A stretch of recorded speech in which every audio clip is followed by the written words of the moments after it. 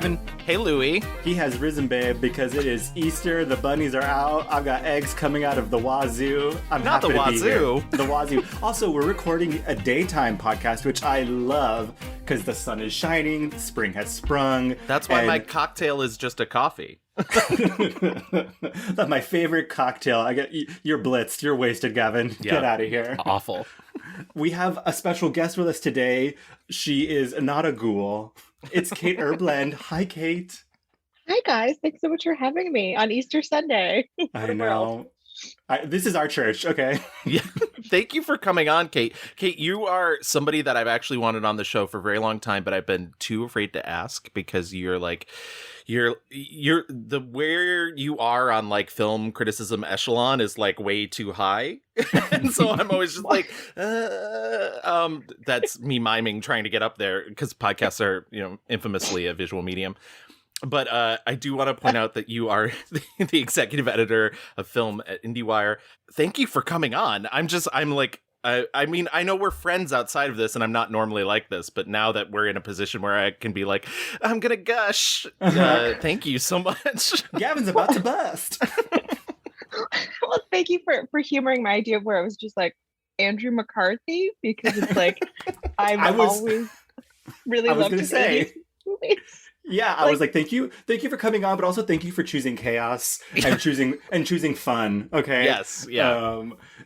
Sometimes we have to be really serious in talking about the people we're talking about, but with Andrew, what a blast! And I do have to say, one of the things I like about you is I think you have incredible taste, and I think back about a year ago. To last year's South by Southwest, and I was like on Twitter raving about Ninja Baby, and you were like, yes, and I was like, well, the only reason I watched it was because of you, and you were like, Aww. yeah, you're like, that's what it's for, the IndieWire articles, and I was like, yeah, and I didn't say this at the time, but I was like, but I'm in this world, I'm not a critic really, but I have a lot of critics around me and passing in the night, but you're one of the few that like I trust, and so when I read your stuff I'm like, okay, that's something I will check out. Yeah, a trusted source. So trust me, you are in the echelon for me. Oh, wow. I mean, that's what's so important about, I think people don't get that about critics. I mean, you guys obviously get that. It's like, you need to find the critics that taste matches up with your taste. You Absolutely. can always appreciate, like I always tell people, like, Movie Line, dearly departed Movie Line. I used to love reading Michelle Orange's reviews because she was such a great writer and she always pointed out things that I'd never thought of myself. But our taste was completely different. Like I knew if Michelle loved a movie, I was not going to like it, and vice versa. But I always loved reading her reviews, and I always like to mention that because I think it's important. Totally. That's literally the most important part of it is it's like, do you enjoy reading it or do you enjoy the take? Because if you don't, like if you just hate reading everything, what's the point? Misery. You're living in misery. Absolutely. Before we get to what we're here to talk about today, we have a little bit of old business. Our last episode, we talked about Mr. Warren Beatty, Mr. New Hollywood himself. Oh, he's so vain. With our good friend DJ, not DJ. Why did I say DJ? It's his Twitter handle. Every time I read his Twitter. DJ Dan Mecca on the ones and twos. But yes, we asked you guys to go vote for your favorite Warren Beatty movie, and here are the results. In last place was my pick, Bulworth, with 10%. In third place was Gavin's pick, Bugsy, with 12%. In second place was Reds, which was Dan's pick, 30%. And in first place, Bonnie and Clyde, 48%. Can't say I'm surprised. I mean, no. It's a banger. It's a banger. I'm a little shocked. Bugsy was in the last place for a very long time, and I was not willing to campaign for it because as much as I love his performance in that movie, I was like, rightfully so, Bulworth, Reds, Bonnie and Clyde, and so I'm a little shocked that I edged you out in Bulworth because I think Bulworth is maybe a little bit better because it's more meaningful. It's from him, and it may be a little dated, but I think some of the stuff that's not dated is very good. Yeah, Kate, do you have any quick Warren Beatty takes? I'm disappointed to see where Bulworth placed. I think people must not have seen it, or like maybe they've seen it too recently where they're like, oh, it feels too much like the real world. But it's so very different than everything else he's done. And as Gavin said, like it's from him, which adds a very different level to how you think about him. Yeah, it reminded me a little bit of watching, I'm always going to come back to my text of American Dreams, with a Z, just because like watching, I mean, Bulworth is from the same era, and like watching those movies now, it's like, what is like life? Everything is so real. Like, how did they fucking know? It's kind of like, I don't know, magical, mysterious. But yes, I agree. I love Bulworth. I think what you're hitting at too is it's hard to do social critique and parody in the moment. Yeah. And so a lot of those things have to age. I always think of, and this is another random one, but I always think of Josie and the Pussycats. When I first saw it in the early 2000s, I was like, this kind of sucks. And then after I like watched it, I was like, oh, this is a lot smarter than anybody gave it credit for. And it's so much more interesting and it's really funny and like nails the era and also just takes the piss right out of it. Oh, yeah. You realized, oh, I'm homophobic. Crazy. Yeah. Hate you. I love that movie. But okay, Warren Beatty, thank you. Great episode. But Kate, please, can you tell our listeners who we are here to talk about today on this episode? We are here to talk about one of the more iconic brats of the Brat Pack, Mr. Andrew McCarthy. And it's so funny. Last night, some friends had us over for Passover, and then afterwards we went out to a bar. And I ended up talking to this guy at the bar who used to live in our neighborhood. It was a whole thing. But I mentioned something about Andrew McCarthy, and he was like, oh, did you realize that later in his career, he became a travel writer? And I'm like, sir, I'm about to appear on a podcast about Andrew McCarthy. I think that I know that. But I'm just like, I thought it was so funny that this 60-year-old man knew who Andrew McCarthy was and was also caught up to date on his career turns. And I wonder if your listeners are as well. So we'll find out, baby. Right. I was not. Andrew McCarthy had appeared in several movies that I really liked as a teen, and I had no idea what happened to him since, outside of like a random appearance on like Law and Order. But like, I had no idea. He has had such a very different post, Brat Pack fame career, but it's also been, one in travel, one in the arts. He's raised a family. And I guess, like, obviously I should have known these things, but I had no idea that he was directing as much as he is. And so he's actually, like, pretty fascinating. It's crazy because I will admit that I was not very familiar with a lot of his career. I watched, obviously, we did a John Hughes episode, and so I watched a couple of things that he was in for that. But, like, the Brat Pack... all that stuff really didn't penetrate South Texas in my upbringing. But I was like, oh, him. Yeah, of course, like him. I've seen him. He's very distinct. And he represents a lot of, I think, like, of young 80s, just like cool guy, accessible everyman type stuff. Kate, how did you get to know Andrew, or what's your relationship with him and his career? Well, I think when I was like, even in, later elementary school and middle school, I was definitely a latchkey kid. So I would come home after school and I would watch like tons of TBS and TNT movies. So that was like a big chunk of like the John Hughes movies. My parents never regulated what I watched. And obviously they couldn't do it when I was a latchkey kid and they weren't at home. And so I had this like real affection for the sort of iconic 80s teen movies that I think we associate Andrew McCarthy and so much of the Brat Pack with. As like, I mean, I guess this was mostly when I was growing up in suburban Las Vegas, and it's like in the early 90s. And it was just weird that I had such an affection for this stuff because I don't think many of my peers did at the time. Obviously, now I have found my people. But yeah, and obviously I had a big crush on him. Like, he was so cute. And he was definitely my favorite Brat Packer. And so I think that's where, yes. Who are your favorite Brat Packers? No, I mean, it's funny because I think in the echelon of the Brat Pack, he was always the like kind of like goofy one, quote, not hot one, like next to Rob Lowe, like, and I'm not saying he's not handsome. He obviously is a handsome man, but like Louis is the world's biggest Emilio Estevez fan. Yeah, like, honestly, let's just get it out there. Okay, you're dancing around it and it's going to come out. So just come on. I got to be real. I got to be honest. No, I think he's like, and he talks about like, how he wasn't like, he thought he wasn't the right fit for Pretty in Pink, and how they wanted like the handsome, like big quarterback guy. And it was like Molly Ringwald who was like, no, sensitive guy is who we should cast. And like, he's, I think a big part of his like power, and he talks about it in his book, is like, he's got that smile, like he's got that charm, and he can just like disarm anyone. And that's kind of like what got him to be able to like push through the Rob Lowe's and maybe the more like edgy athletic guys in the Brat Pack. But okay. Anyway, enough chit chat and small talk. Why don't we get into our rewind?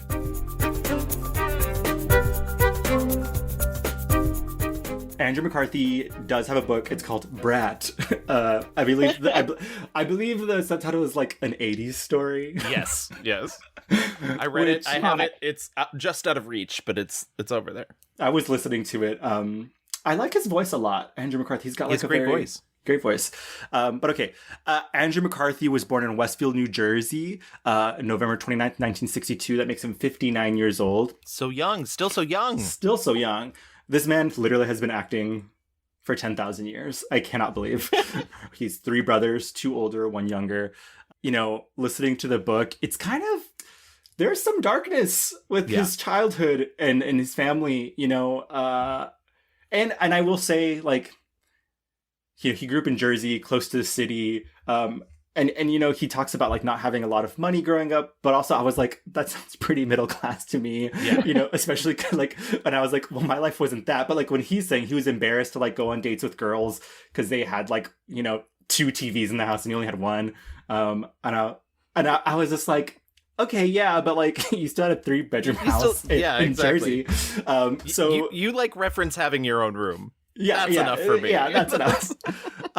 But he had a very strained relationship with his father, who he wasn't quite athletic like his older brothers were. He was petite, if you will, a late bloomer. He was very worried about his voice changing. It kind of feels like classic middle child syndrome, even though as a middle child, I can say that.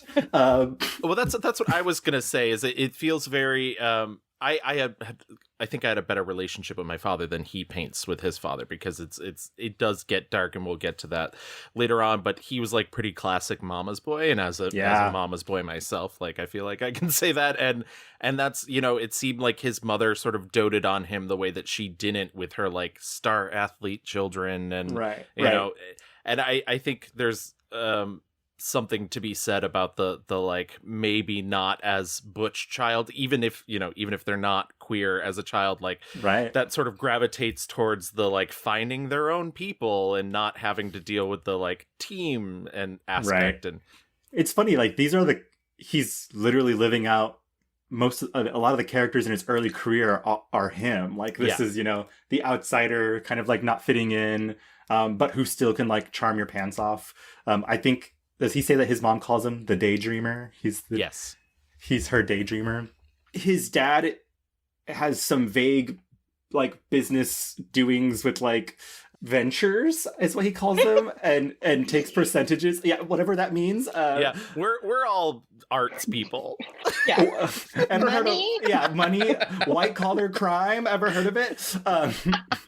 But when he was a teen, they're doing pretty well, and so they decide they move the family, and they go to a prep school where, again, like I just watched Heaven Help Us, and I was like, okay, the prep school vibes, like I'm getting all, like, it's all happening. It wasn't until his sophomore year, I think, when he like gets cut from the basketball team, when he's like, I have nothing to do, and he kind of smeagles into a theater after school class thing.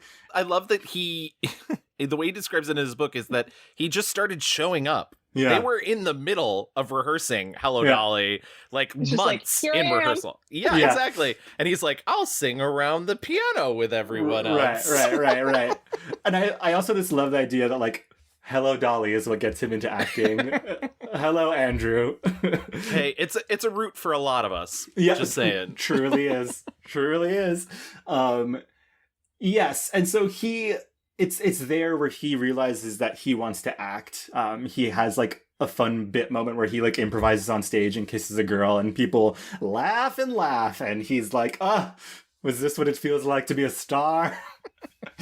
And pretty quickly his father's like, no, hate that so much, not gonna be supportive about that at all. But his mom is like, get out of here.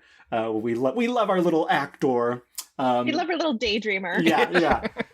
And so much so that like his parents for a summer are sending him off to like the city to do like an acting camp. He says the acting camp kind of sucks and he doesn't like really learn anything there, but which casual, imagine.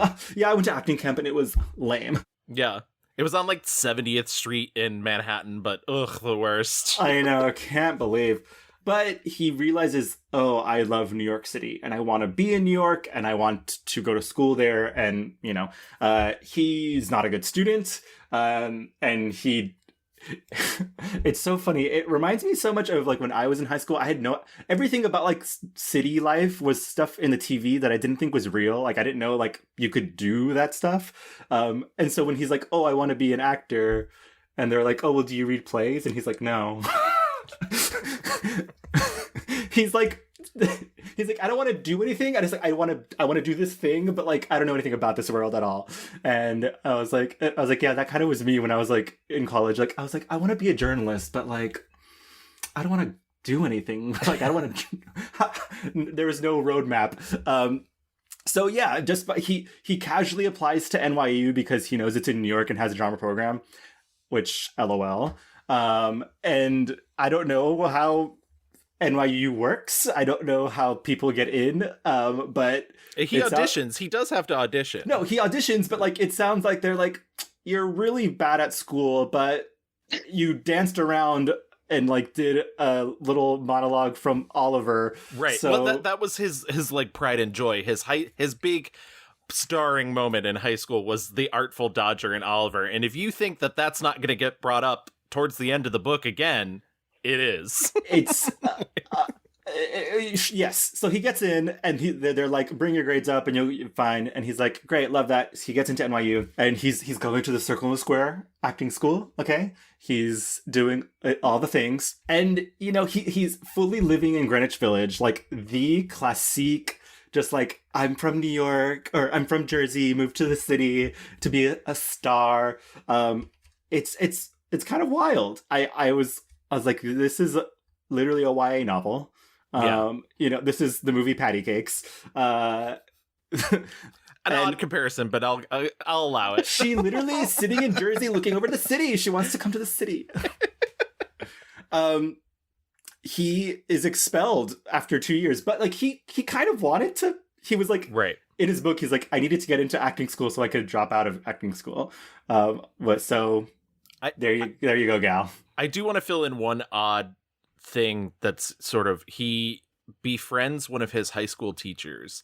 And the first year he's living in the East Village alone, but the second year he starts subletting from this man that's like 12 years older than him, who has decided to leave his job teaching to travel the world and just ends up in Thailand for 2 years.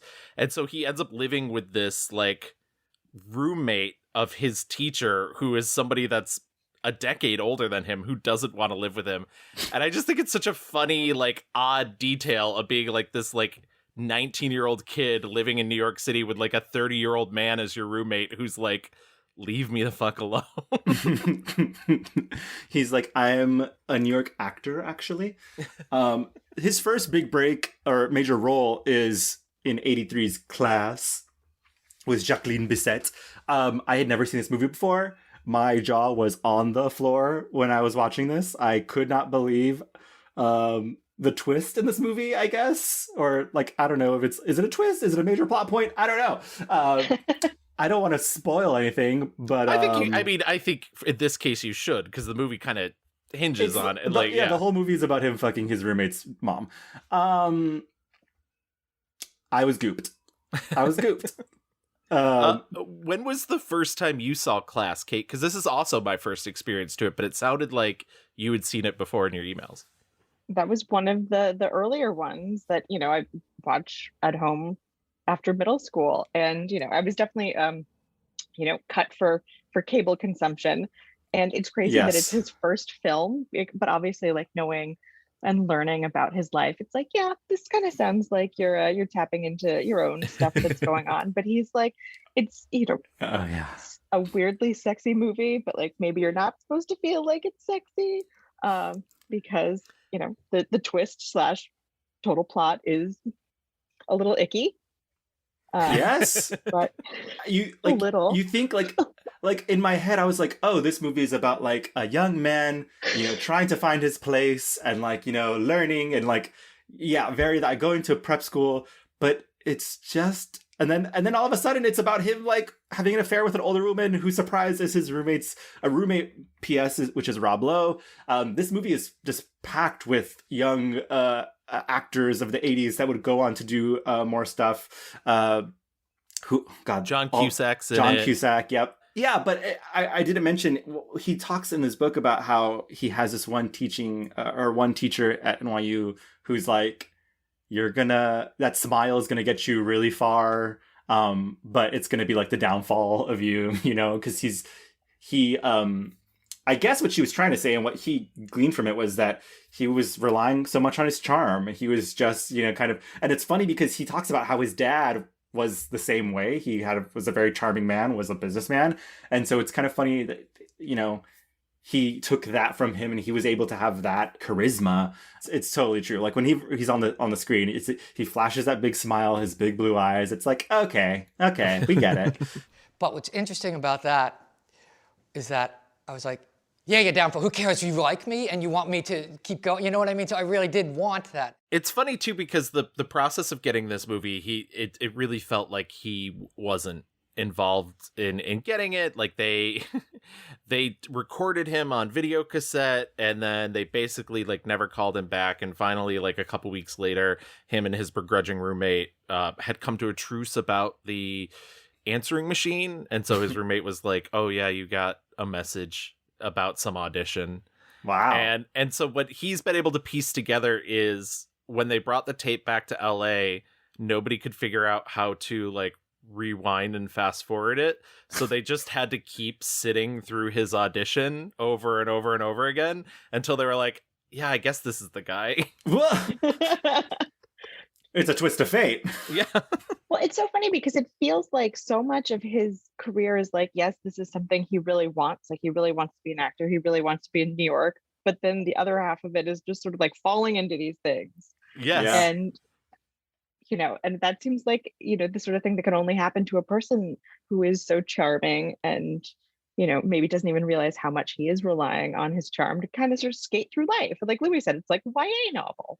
Nothing could be more clear than what happens after the movie. Like the movie comes out, it's not a huge success. And like I said, I watched it for the first time. And my problem with the film is that it's sort of exactly what you said, Louis, where it doesn't really match its own levels. Like it kind of wants to be The Graduate, but then it kind of wants to be like Porky's, I guess, in a way.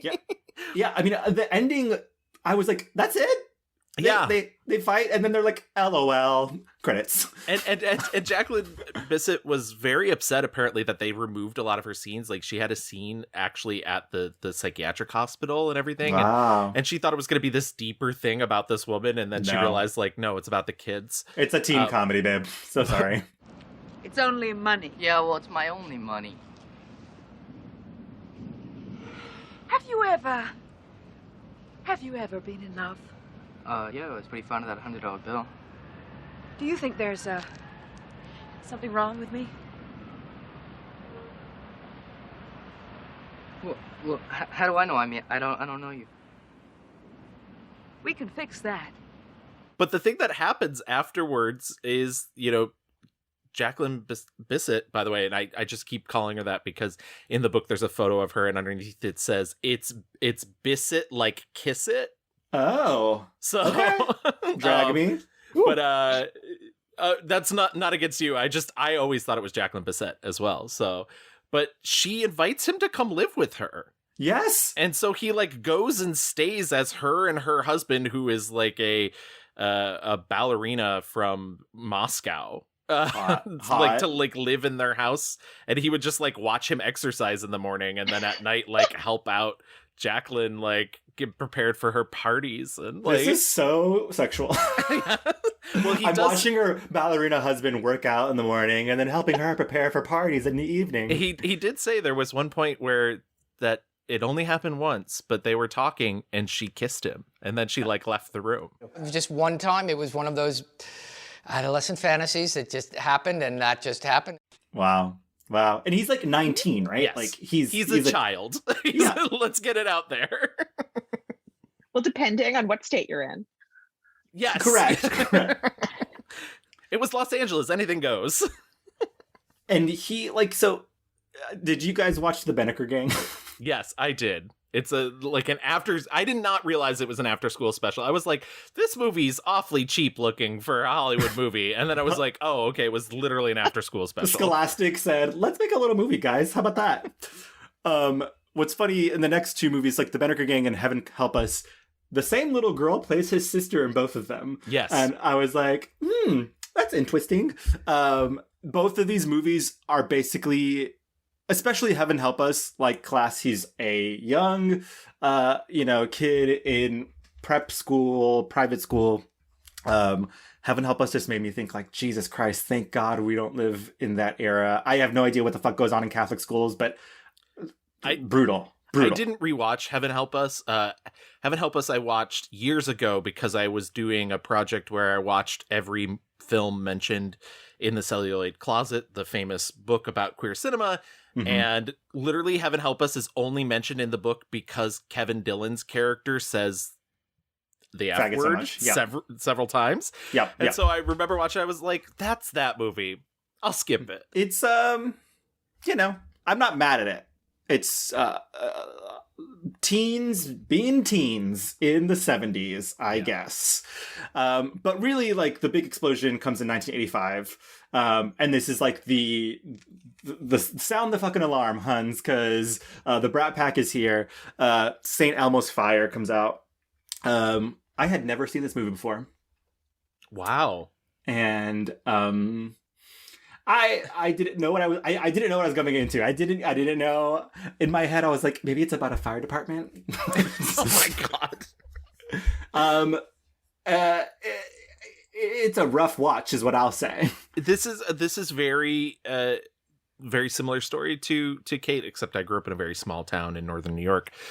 But the latchkey kid watched whatever I want. Didn't have a lot of restrictions on it, and oftentimes, in fact, my parents would like tape things off TV and then just leave them for us to watch, like this, like St. Elmo's Fire, and which are not super age appropriate. But I also had two older sisters, and we're all 3.5 years apart, so they were more mature. But so St. Elmo's Fire is formative for me. Like, it's a movie I've seen several times. I rewatched it for this. I agree. Politically now, I'm just like, oh boy, there's a lot happening here, and I don't like a lot of it. Like, one of my friends told me that his sister felt so hard for Emilio Estevez's character, and I was like, that was he the worst? Like, that's a red flag. Yeah. He's a stalker in this movie. He's a stalker, exactly.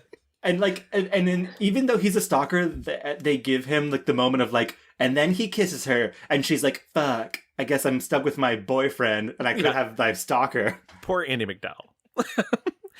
St. Elmo's Fire is a movie about a group of friends who just recently graduated college, and they're trying to find themselves in life. And the thing that brings them together is this bar. Is the bar called St. Elmo's? Is that the? I think the bar is called St. Elmo's Fire. Oh, St. Elmo's Fire. Okay. I think the bar is called that. I don't fucking know. But they also they show the sign. Yeah, they show the sign, and then also at one moment he talk about like St. Elmo's Fire is like a myth or whatever. I was like, okay, great. Andrew McCarthy specifically is a writer in the movie. He writes obits and he hates it because he wants to be a real writer and find the meaning of life. And I was like, oh, babe, if only that was what writing was about. Like, I'm so mad about my day job that's like paying for my bills. It does the little Love Actually, the rope-a-dope of like, is he gay? Oh my God! Just tell me you're gay. But he's only like everybody assumes he's gay except for the Anna Maria Horsford character who just is piecing things together. Mm-hmm. But everybody else thinks he's gay because he's just pining after one friend specifically, which is Ali Sheedy, who's like an architect in a bad marriage with Judd Nelson, and he keeps cheating on her. They think he's pining after Sheedy's boyfriend. Yes. Judd Nelson, and so they're like, you're totally obsessed. That's why you don't like her. It is the Love Actually, like it. Yeah. And then, yeah. And Sorry, I haven't seen Love Actually in a very long time, so I watched it all the time. I know No, you but do. like, and then literally she comes over and she's like, "What are all these fucking pictures of me doing in your apartment?" And he's like, "I'm obsessed with you." They have sex because whatever the other relationship is falling apart. And then he turns full. I was like, oh, he's the normal one, I guess. But then he's like, we're moving in together. Fuck that guy. I'm like, oh, whoa, whoa, whoa, whoa, whoa, whoa. You actually are also a fucking monster. Like, how are these people friends? It was so crazy. Watching that movie is crazy. If Leslie would just marry me. Marriage is gonna make you faithful. Yes. I'm sorry, the notion of two people spending their entire lives together was invented by people who were lucky to make it to 20 without being eaten by dinosaurs. Marriage is obsolete. Dinosaurs are obsolete. Marriage is still around.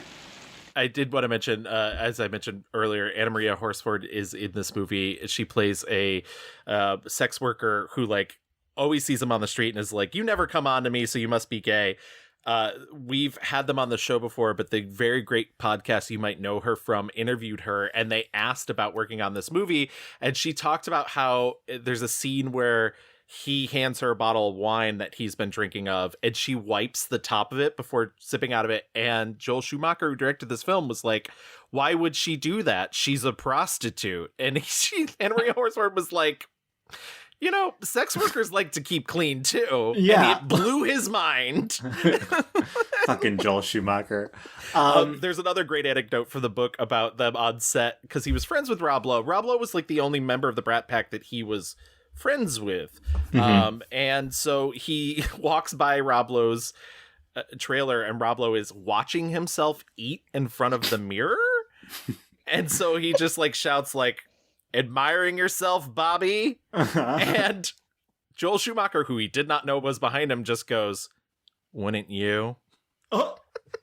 Joel Schumacher is such a horny man. Good for him. I'm not mad. I am mad at this movie, but I am sure that it was very. It's like the classic John Hughes thing, like taking young people seriously, delving into like their wants and needs. But like this movie is like every person has an issue, and it is very paper thin. And it's like, this girl doesn't like the way she looks. This girl, I don't know. Demi Moore's bad with money, so she's gonna kill herself by opening all the windows. Right. I was like, is this an emergency? She's gonna die in there. I was like, okay. I thought it was interesting, the Judd Nelson character or role. He's like the college Democrats president, and then, oh no, now he has to go work for a Republican. I was like, okay, cool. It's like Joel Schumacher, like straight people fan fiction. That's Yes. the way we talk about it at home, where it's like Joel Schumacher is like, how do all these straight people relate to each other? And it's like, yeah, they just graduated from college, so they're all 22, but they're also like 45 years old. The issues that they have are just, they're not the issues that I think 22-year-olds have today, or even 10, 15 years ago. And yeah, everyone has their own little boxed in issue, and they've got to figure it out together. Well, it's like almost as if, I think about a lot how John Hughes movies and like, St. Elmo's Fire, like I do want to say, and not to cut you off, but I do want to say, like, I just to reiterate, like, this is the most John Hughes movie that he didn't have anything to do with at all. Right. Like, he is not here, but it does feel like that. It's like these movies were writing like the script for like Americana, in the 80s. It was like, oh, this is what life post-college is supposed to look like, relationships. And I think, we'll see that going forward in Pretty in Pink. Like, people were like, oh, this is what high school and prom and like relationships are supposed to look like. And I think for a lot of, elder millennials, these were the blueprints. And that's why I think for a lot of people who are queer, Black, brown, it's like, what is the blueprint? We don't have anything, because these were so front and center. But Pretty in Pink, we talked about earlier, was his first leading role. It was his fourth movie. He said it was his first time he's ever gone to a Hollywood premiere. About 2/3 of the way back in the packed theater, I took a seat as near the aisle as I could get. Not long after the lights went down and the opening credits began, I mumbled apologies as I climbed over several sets of knees and darted up the aisle. A few stragglers were getting their free popcorn in the lobby as I pushed open the glass door and lunged out into the cool late January night. The red carpet, site of such excitement just a short while earlier, was deserted. In my ill-fitting black blazer and skinny tie, I searched up and down Hollywood Boulevard, looking for a place to hide. Andrew, did you actually go to your high school prom? No. No? Why not? I couldn't get a date. Couldn't get a date. Later on. Sad tale that I'd really like to talk about. No, it just wasn't a big deal, I guess. He hated it. He got drunk instead. I think a big part of Andrew's career would talk about is like him feeling like an imposter, like he didn't belong. He was kind of like this introverted, shy guy, which you see a lot on screen. But I watched the Jane Pauley Sunday Morning, whatever CBS interview that he did, and he's like talking about how he took a picture with like the Paramount stars for like their 75th birthday. It's a pretty famous picture. And he's like, Tom Cruise is in the middle, wearing a red sweater, looking so confident. And he was like, meanwhile, I'm in the corner, like, cowering. I was like, I would never be Tom Cruise. I was just never that guy. And I was like, oh. And there's Tom Cruise in a bright red sweater, center third row, standing there like this in the photo. And I just go, wow, I just never was that guy. I could never in a million years been in that red sweater. Standing in the third row. I'm not that person. I didn't ever want to be that person. You know, we keep talking about luck, and it is sort of that. You mentioned next thing he does Pretty in Pink, and he goes to audition for that. He doesn't think he did well, but he learns later that, as you mentioned before too, that Molly Ringwald it was like a reading with actual Molly Ringwald and John Hughes in the background. Once again, John Hughes did not direct Pretty in Pink, but he did write it and he produced it. And he had a big hand in everything. Apparently, he was often rewriting on the set but he goes and leaves, and Molly Ringwald's like, that's who I would fall in love with. They weren't interested in me auditioning for the part because it was written for a square-jawed, hulking quarterback stud dude. And I read with Molly, and they went, okay, thank you. And when I walked out, Molly, turned to John Hughes and said, that's the guy. And John Hughes is like, that wimp? And he's like, no, he's sensitive, he's poetic. That's the kind of guy I'd fall for. That changed my life. Molly changed my life. LOL. He wanted another Jake Ryan. Like, he wanted another 16 Candles that's sort of like really masculine looking.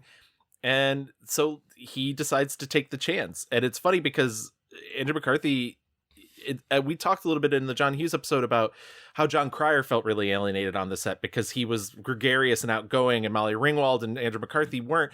Andrew McCarthy feels the same way, but from the opposite end. He's like, I didn't really talk to anybody on the set. I was mean to John Cryer because he was so outgoing. And he's like, we made up sense, but like, I was a dick to him. He's like, John Hughes spoke to me twice. John Hughes gave me the script of Ferris Bueller's Day Off, and I told him it was great, and then he didn't talk to me. And then he called me after we made the movie and sent me the script of Some Kind of Wonderful, and I was like, no, we just made this movie, and then he never spoke to me again. Yeah. And so, yikes. So for like as big of a career launch as it is, and it is a big career launch, Pretty in Pink, like, he like every step that could have like launched him into that Tom Cruise role, like when he was just kind of like, no, turn and push, and push. What do you guys make of him being the like complicated rich guy? Because I think Molly Ringwald is really good in the movie. Yeah. Andrew is fine. I think he's doing his Andrew thing, sensitive guy, I think, and I wanted to talk about this later, hint, hint. I think it's very clearly trying to put him into a box that he, like the Jake Ryan box, very masculine, like would play football, would be that kind of guy. And that's not what Molly wanted, but you can see like that tension on screen in a way that I don't think works, because the movie wants him to be one kind of guy and he's so not that guy. You see the moments where like, oh, okay, yeah, but it still doesn't work. And it is funny that then he like, John Hughes was like, oh, read Some Kind of Wonderful, which corrects a lot of the mistakes that Pretty in Pink makes.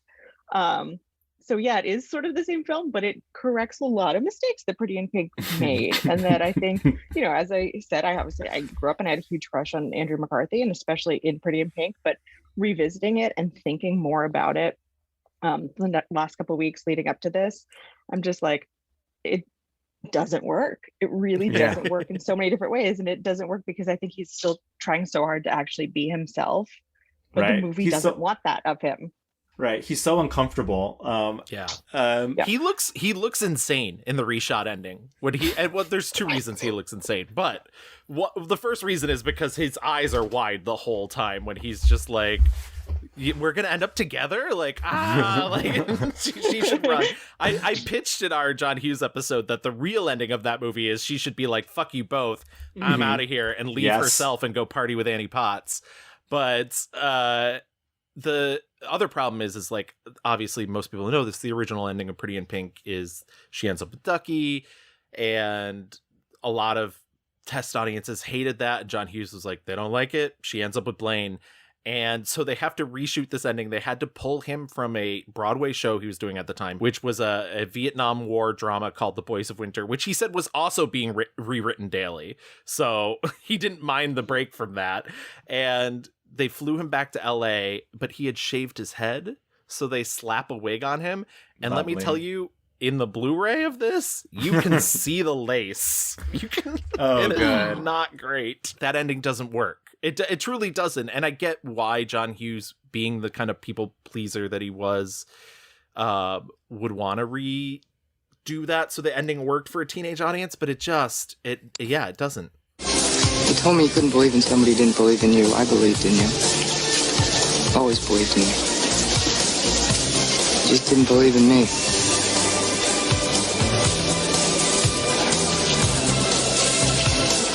I love you.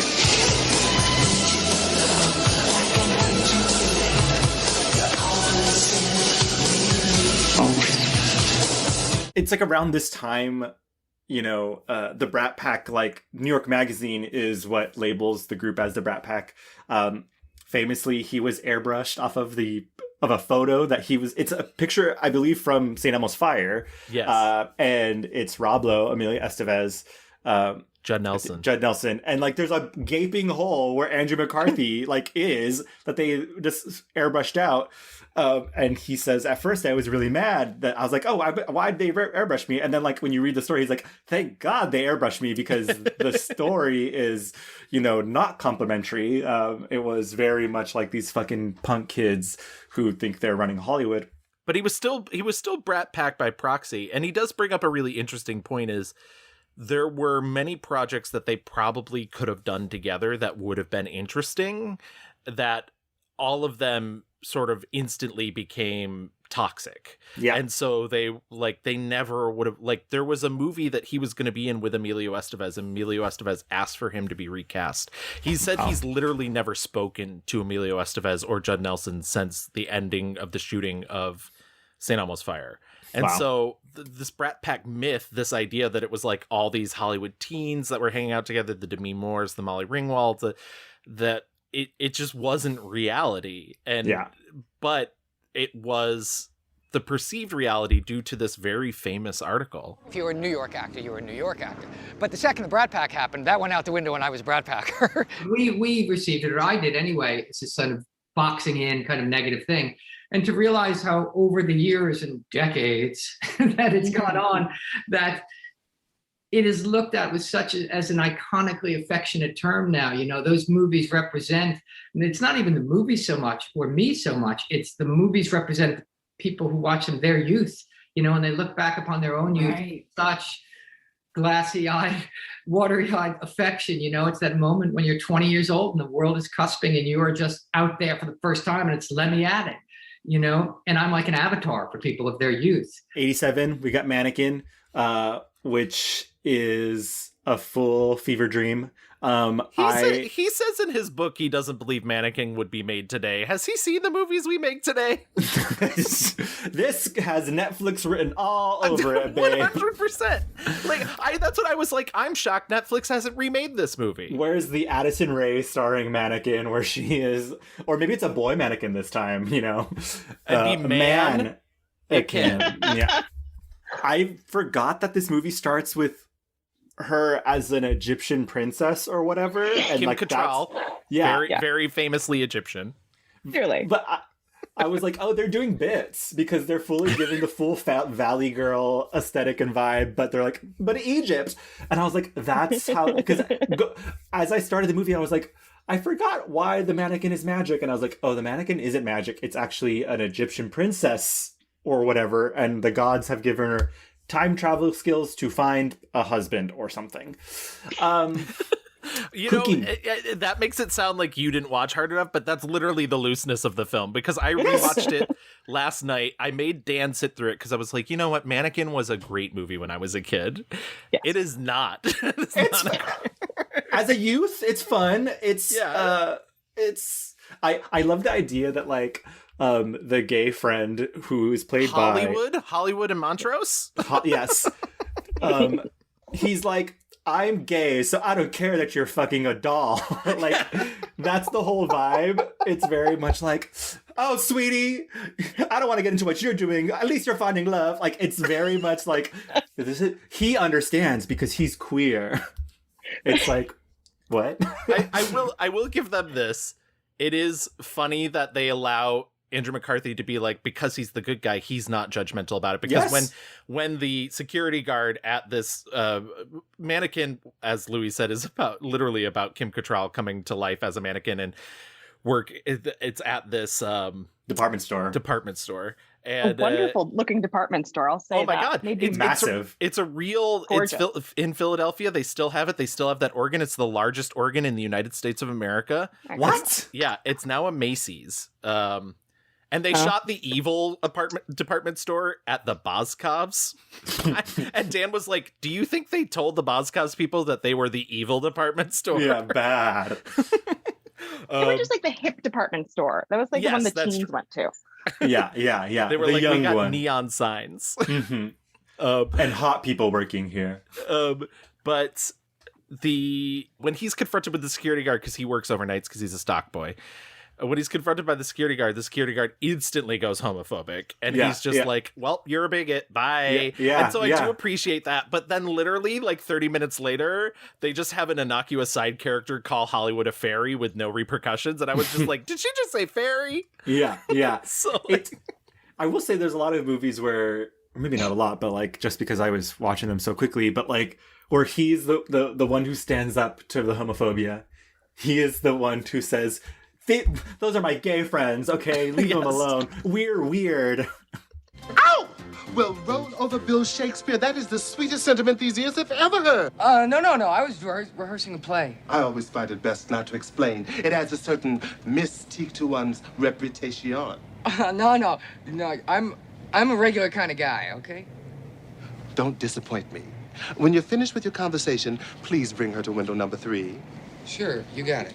He does talk about that in his book back when he was at NYU before he was ever so unceremoniously kicked out. And by the way, we should mention NYU did offer to reinstate him after he made class. And they were like, we'll just call that like a summer program. And he was, but you still have to pay your tuition. Fuck off. Yep. Fuck off. But he mentions back when he was in NYU, he had his first exposure to a gay student, and he was a student that would go out and party all the time, and he invited him to a Broadway show, and he was like too dumb to realize it was a date. So at the end of the night, the other guy was like, well, can't blame me for trying, sort of love that. But then like he said he disappeared that summer, and then he found out he had to go home because he was sick, and then he died, and they didn't have the word for it back then, which was AIDS. Fucking and so horrible. I like that he had those experiences because I think they informed who Andrew McCarthy is. So, I mean, I know he doesn't have much hand in the scripting of these movies, and we are still talking about a very silly movie like Mannequin, but I would like to imagine he was like, no, I'm going to be the guy that's like, there's nothing wrong with this. Yeah. Also, I mean, like, Mannequin is just silly fun. Like, it's kooky. Harmless. It's very harmless, inoffensive. And, like, iconically, you know, when she's like about to be shredded in like the mulch machine. Like, it's fun. Like, it's a perfect teen movie. 1987 was a kind of a busy year for him. The next movie we should really talk about though is Less Than Zero. Yes. Which is the Bret Easton Ellis book, you know, that was made, which is most famous probably for Robert Downey Jr., who is incredible in it. I had never seen it, but watched it and was just like, oh my God, like, this is an aggressive movie. Apparently, you know, like, the book is a lot darker. They had to change a lot. The studio really wanted to sanitize it for a broader audience. So it kind of takes the teeth out of it, but like Robert Downey Jr. is so good in it that you still get like the real pain of addiction. I don't know if I could say a lot for Andrew's performance in this. You know, I think I feel bad. Like both him and I really like Jamie Gertz. I like Jamie Gertz a lot. I think they're both pretty bad in this movie. They're just totally overshadowed by RDJ, who's like, just explosive. Yeah. I think specifically her, to me, I was like, what are some choices you're making here, babe? Like, just like acting wise. But if you don't know, Less Than Zero is about, again, three friends who have just graduated from college or from high school. They all kind of go their separate ways. RDJ wants to be like a music producer, ends up becoming an addict. Their girlfriend, calls Andrew McCarthy back because they need help, you know, and I will say that like I felt connected to this, and I've gotten that call before, you know, and it felt like, well, what the fuck am I supposed to do? You know, like how much responsibility does someone have to, you know, helping someone who doesn't know that they need help or doesn't want help? It's a very intense movie, and I think also like this, now we're getting to the late 80s. I think this was kind of Hollywood looking back and being like, it's been pretty fucking rough. You know, people were just like doing coke all the fucking time. And like, you know, and I was waiting for the gay shit. I knew it was coming. I was like, in my heart, I was like, there is going to be a scene where he is, you know, having sex for drugs with a man. And I was like, it's getting pretty late, and boop, right on time. I was like, and there's Robert Downey Jr. in front of a man with his pants off. But yeah, which is funny because once again, this is the tame version. This is the tame version. Yeah, the book is much more explicit. I was looking up like how it was received. It was received pretty negatively, but I thought it was actually pretty effective. I'm not mad at it. I don't think it's like a excellent movie, but like on the back of Robert Downey Jr. alone, it's kind of incredible. You want to talk about it? No. You want to fight? Nope. Congratulations. I mean, this is the way it's supposed to be. Turnabout is fair play. Blair was good to me, you know. I was lonely and I needed somebody. You know, she was there. It was nice. It wasn't exactly the World Series of love, though. Oh, this is my club. Check me out. I'm gonna make a serious comeback. Great. Yeah. And I'll sneak in your back door and take Blair away when you least expect it. This will just go on for years. What? I also do want to say that this is the third and final film he'll do with James Spader. Yes. Because James Spader plays his like kind of begrudging ally in Pretty in Pink. Like James Spader's the real asshole in Pretty in Pink. Yeah. But Blaine's like friends with him. And then he's the enemy in Mannequin. He's like the plant inside the store who actually works for the rival store. And then in this, he's the drug dealer who starts selling Robert Downey Jr. for sex.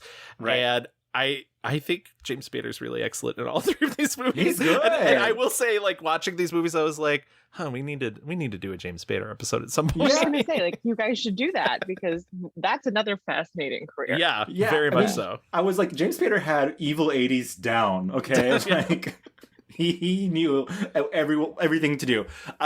Okay, so, you know, as the late 80s kind of comes to an end. He does Kansas, Fresh Horses, a reteaming with Molly Ringwald, which, oh boy. Yeah. I was like, why are these horses fresh? A lot of accent work. A lot of accents going on in that film. Oh, yeah. I felt so bad because that movie felt to me like a like a passion project gone wrong, because it was directed by the guy who wrote the play, and I think it never really gets out of that mode about play mode. And also I do think, and once again, this is not me trying to shit on actresses, because I like Molly Ringwald and I think she's been good in many things.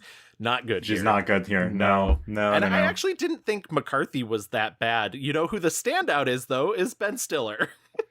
Ben Stiller, a tiny young Ben Stiller. I also like, who is the other woman in this that she has grown up to be a famous actress? Molly Hagan. First of all, she's gorgeous and just so effortless. I was like, that was kind of the joy of watching these movies from the 80s. I was like, some of these actresses or actors who haven't like blown up, but like have been steadily working. I'm like, oh, it's so cool to like see where they started. You know, his next like big thing like of note would have to be Weekend at Bernie's in '89. What a goofball ride of a movie. Just silly Billy. I don't know where this weekend is, but I was like, is this straight Fire Island? Where? It's like fake Hampton. Yeah, I was gonna say it's supposed to be the Hamptons, but like okay. I fully was like, oh, this is Fire Island, but straights. Parties every day, people coming and going, just like drugs, sex, whatever. Yeah, a lot of drugs. Yeah. Weekend at Bernie's is him and Jonathan Silverman, and they're two guys that work for a company, and Jonathan Silverman's the straight-laced guy who can't get the girl, and Andrew McCarthy's the wild guy who hates his job, and they uncover some accounting fraud, and their boss Bernie decides to have them killed. but it happened. It's like, fire them? No, murder. And so he invites them over to his house in the Hamptons for the weekend, but unfortunately his mob connection sees that he's been fucking his girlfriend and decides to murder him instead. And chaos ensues from there, and they have to pretend Bernie is alive for the next less than 24 hours. And my brain, and my like childhood brain, I saw this movie at the drive-in when I was a kid. In my childhood brain, I was like, wow, they keep him alive for like a month. But no, it's literally like Friday night. It's a weekend. It's a weekend. Yeah. It's not even a full weekend. It's like... What's wild is that in my head, again, like Mannequin, I remember watching this movie as a kid, but like Mannequin, I was like, why is he dead? I don't know why he's dead. In my head, I was like, this is just a movie where they have to like puppet the guy around. And in my head, I was like, there's no reason for it. It's just a funny bit. I will say the guy who plays Bernie is very good at being a puppet. Yes. Oscar. Should have gotten nominated for an Oscar. Yes. The things that he does with his body are just incredible. That's comedy, babe. The like weird half smile he maintains throughout most of the movie. I was like, Terry Kaiser is the one that plays it. I was just like, how is he not breaking character? But yeah, this was a lot of Andrew McCarthy like notes this as also being like the thing that sort of introduces him to he's always been curious about behind the scenes, and he's always asked like cinematographers about the camera and lenses and everything, but this was where he got to really play that. And even so much so that Ted Kochev, who apparently was kind of an asshole, like would yell at extras over his megaphone and everything, let him direct a scene. And so there's a scene in the movie where Jonathan Silverman brings a woman back to his apartment, and it's secretly his parents' apartment, and his dad walks in his underwear. That's the director. And so the director was like, I don't want to direct myself. So Andrew McCarthy directed that entire scene. That's incredible. Yeah. Love that. Tidbits. It's a funny scene too. It's a funny scene. That's a very funny scene. It's a very funny, and actually hats off to Ted Kochev. Obviously don't fucking yell at your employees, but he's very funny in that scene for not being an actor. Yeah. I would say after Weekend at Bernie's, it gets weird. It's hard. This is the first actor we've ever done who I think like was very hot for a brief amount of time, and then so like basically like he still works, but like as the 90s goes on, it gets more and more like direct to video, HBO original movie, like and I think also TV movies. And Kate and Gavin, you probably might know more than me, like culturally, as far as movies went, like in the 90s was when like indies were really blowing up, you know, and I feel like, you know, because he talks about how he was such a New York actor, he was East Coast, and how uncomfortable the West Coast was, but because he got sucked into the Brat Pack of it all, like it took him like there are a couple of things here and there I'm like, oh, this is like an indie 90s New York film, but like anyone who's casting him was like, you can't be this guy, you are Hollywood guy. You are, LA. And so he has a very kind of kooky run, especially also he's growing up now. He can no longer play like the young, freshly, like how many times was it? I just got out of college. I just got out of high school. Those days are kind of coming to an end. So I do think you have a solid point there too about the idea of, I hadn't thought about that. Like, yeah, he very much represents like a Hollywood ideal, as much as he, when you go back to Pretty in Pink, didn't think that he fit that ideal. Like, he was like a Hollywood leading man. And so it was not like, please come star in our indie film. Yeah, because that's so interesting. I read that entire book and didn't even put that together. Because the next thing he did, like 1990s, he goes to Europe to work with Claude Chabrol on Quiet Days of Clicky, and like his agent was like, "Don't do this. Careers, like, people end their careers in Europe. They don't start their careers in Europe." And honestly, his agent was right. Yeah, I didn't watch Quiet Days and Clicky. The next thing I saw was Year of the Gun. Yeah. Which to me feels like probably his agent being like, you're a man of a certain age now and you need to be an action thriller guy now. Right. Like, that's the next step if you're going to do the Tom Cruise lane. Unfortunately, Year of the Gun is so bad. Just like so many of those movies in this time period, it feels like, yes, he's trying that. Like, okay, well, maybe I'm going to be the action guy, or like, no, I'm going to do like sort of a kind of an erotic thriller. Yes. Just like trying and it not working. The amount of movies where women are just thrown around half naked, fully naked, and he's just there like pawing at them. And I was like, my God, like they all started to run together, honestly. I told Gavin this earlier. I watched Escape Plan, and then 2 days later, I clicked on it to watch. I was like, oh, what's this movie? And I was like, wait, I saw this movie already. Yeah, Escape Clause. That's Escape Clause. Yeah. Sorry. Escape Plan, different. Sylvester Stallone. I will say, I can't remember if he mentions this briefly in the book Year of the Gun, that John Frankenheimer like was yelling at him about like not having the right chemistry with Sharon Stone, but I know that he mentions it in St. Elmo's Fire with Joel Schumacher, that like Joel Schumacher was like, make these sex scenes hotter with Ali Sheedy, and like he snapped at one point like, what would you know about having sex with a woman? And Joel Schumacher was like, nope. Like, how dare you? Dang. So, but like, I think that also adds to it is there is, you watch Year of the Gun and he does have these scenes with Sharon Stone. You watch Escape Clause and there's all these sex scenes. It's awkward. It's not, awkward. And he is a really great looking guy. He's hot, but like, it's not a sexual chemistry thing. I think he actually has a lot of sexual, just like, charisma, and I think it's not that it's unbelievable, it's just like the way these movies are shot, and it feels so exploitative to the women. Like, the male gaze is just like so aggressive.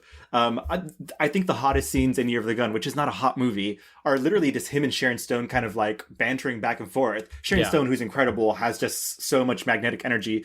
But Year of the Gun is just like, again, one of those movies that's like, journalism is crazy. And she's like, fucking like, there's people literally shooting guns at her. And she's like, click, click, click, click, click, click. I'm like, ma'am, that's a film camera. You do not have 10,000. Like, what are you talking about? This is a movie that really wants to say something about war and the media.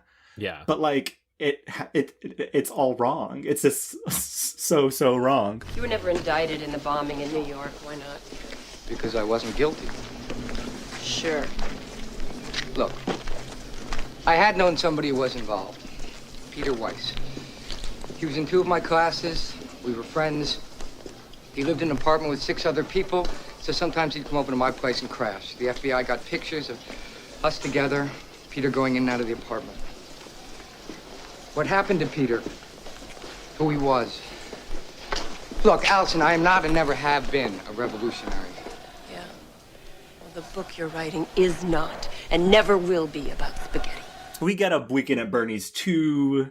To which he says in his book, the less said about that, the better. And I agree. He's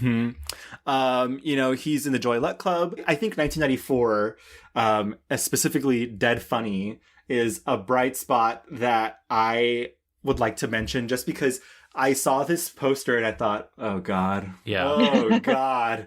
And then come to find that it's actually, you know, an indie little New York movie starring Elizabeth Pena, who is so good. She's very good. Talk about hot. Them two, just like, I was just imagining, like, he's, you know, been in the biz. He's out of, you know, the brat pack of it all. He's making this movie that, like, literally only came out on VHS. It's never been released on DVD. You can find it online, but it literally is a bootleg of a VHS. Yeah. If he feels so comfortable, if he feels like he can finally, like, let his hair down and just, like, not worry about being a star, he's just being a fucking weirdo. This movie is weird and funny. Allison Janney's in this. Like, it's a lot of Broadway, New York theater gals. Just to give, like, a quick, essentially, Elizabeth Pena comes home and finds her boyfriend dead, played by Andrew McCarthy, dead on the kitchen table with a katana sword through him. Mm-hmm. And she's trying to piece together what happened, and you find out that they had this really volatile relationship because he kind of kept secrets from her, but he was also constantly pranking her, and he had this very dark sense of humor. So all of her friends, whenever she's like, he's dead, are like, oh, he's such a kidder. And I think the real lesson of this movie is practical jokes suck. Don't do it. Don't do it. But he appears mostly in flashbacks, and he's very good. He's very funny, good. And yeah, it's I liked, for the most part. When I got to the end, I was like, oh well, this is the end I thought we would get to, and I don't want to spoil it, but for me, that's what turned me against a little bit. But Elizabeth Pena is very good in it. Also, you mentioned Allison Janney in a small role, and also Bai Ling in a really small role. It's a little bit of a cruel movie, but I think that was like New York theater, because it's based on a play. I also watched Night of the Running Man, which was a direct-to-video release. You know, it's running around, guns shooting girlies for no reason, fucking. But between the two direct-to-video releases of that year, I watched Dream Man. I saw Dream Man. Yeah. And Dream Man feels like a pilot for a TV show about a psychic cop. Mm-hmm. But I will give this because this is a movie most of our audience is probably never going to watch. He's the villain in the movie, and he's very good at it. Yes. And I do wish he got the chance to play more villains in his time. I don't want to disparage the leading actress, but it feels for so much of it I'm like, oh, she's trying very hard to be Pamela Anderson. Like, she's just Pamela Anderson in light. And it's just, and her like visions and psychic powers while she's a cop. It is I'm like, okay, the CW will order 12 episodes. Let's go. Yeah, exactly. You're at least getting a season. What do you do? I'm a cop. Were you and your wife together last night? I did not kill my wife. Not a great movie. I forgot to mention, I did watch Only You in 1992 with him and Helen Hunt. I think they're so fun together. It's cute. That was the first movie I watched, and I forgot about it.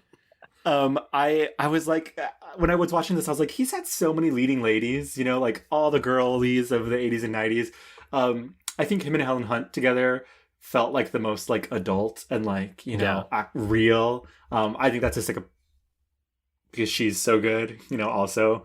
I'll also give props to, and I feel like I maybe haven't seen her in enough movies, but I specifically have seen her in a lot of movies from this era, Kelly Preston, and I really thought she was actually very good at basically playing live action Betty Boop. Yeah. She's like, oh, take me somewhere. Yeah. Like, baby, I don't have any clothes. Can I be honest with you? Please do. You have hair. Yeah. And incredibly sexy eyes. Yeah, 2 of them. I feel... What? What do you feel?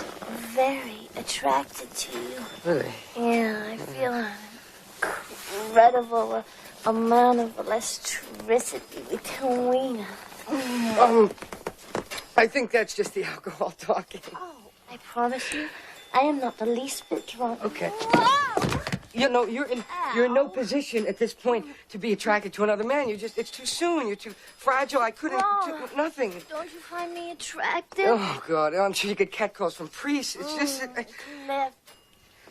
There's a flame burning inside me, and I need your flesh to soothe the fever. How could you do that? He kind of like is in this rom-com. It's either he's like doing rom-com stuff or like action erotic thriller stuff. Yeah. None of them are really landing. Nothing is really hitting as hard as, you know, the Brat Pack era stuff, which is a shame. You know, the further and further away we get from the late 80s, the more chaotic it gets. You know, he does a couple HBO movies. Stag, which I just want to mention because Stag comes out in 1997. We did a Cameron Diaz episode where we talked about Very Bad Things. Very Bad Things is a movie that completely rips Stag off. And I will give Stag the one credit it deserves, which is it's a much better version of Very Bad Things, but no one remembers it because it was like an HBO movie.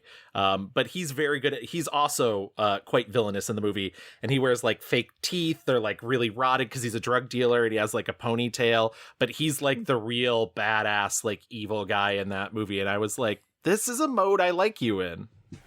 Everyone in this room will be accessory after the fact. All right, take 8 as a minimum, cut it in half with parole, time off for good behavior. Still 4 years. Yeah, well, I don't have 4 years to give from my life. Neither did she. 4 years. Could be a lot fucking worse, especially if you're on parole. Oh my God, you're on parole? I sell drugs, Timon. Yeah, he's good at being bad, and I think it's because he's got such a baby face. Yeah. And so it's kind of like fun seeing him play opposite. I'm like going through this list now being like, did I watch any of these fucking movies? I started watching a weird stretch. Weird. I started watching New Waterford Girl and I was like, I can't do this. I was like, no. I wish I would have seen To Be Perfectly Honest, just because it sounds so fucking chaotic. I watched it. It's terrible. It's like the wraparound story is Princess Bride. It's Andrew McCarthy telling his kid a story, and it turns out that story is like about embezzlement. Ooh. And it's like him and it's love embezzlement. Yes. Everyone knows that. And it's like him and a business partner, and they have this idea, and it's just all really bad. And there's like lots of like odd Wizard of Oz references in it, and poor John Turturro, who deserves better than this, and Ada Turturro, his cousin, who deserves better than this. And yeah, the less I could say about To Be Perfectly Honest, I wish I could, because it was so bad. But yeah, it's clear, you know, he is I don't think he likes acting anymore at this point. I don't know that he's finding much joy. And I think, and he doesn't, like, his book very much ends in the 80s. And I think that's probably smart on his part, because if he really said what he wanted to say about his profession, he would there's probably a great book to be written about the 90s, let's just say. But like, really, he does move into directing and whatnot. I did see a couple more, like, I've seen The Good Guy before. Yeah, same. Alexis Bledel film that nobody has seen. And I watched Camp Hell, which is this cheap horror movie he did, and I watched The Brooklyn Brothers Beat the Best, which I don't know. But that was 2011. He does this movie in 2019. He sort of comes out of like acting film retirement.